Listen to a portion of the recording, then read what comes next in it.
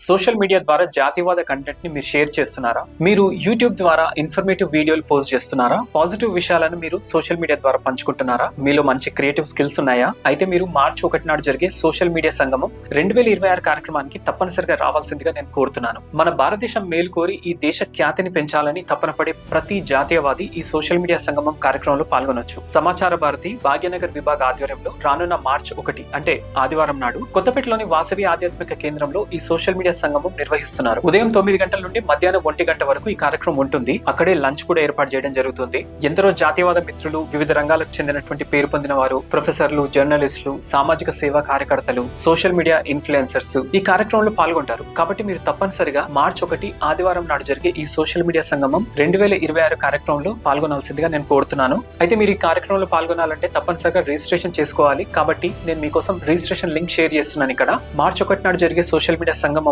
మనమందరం కలుద్దాం. భారత్ మాతా కీ జై.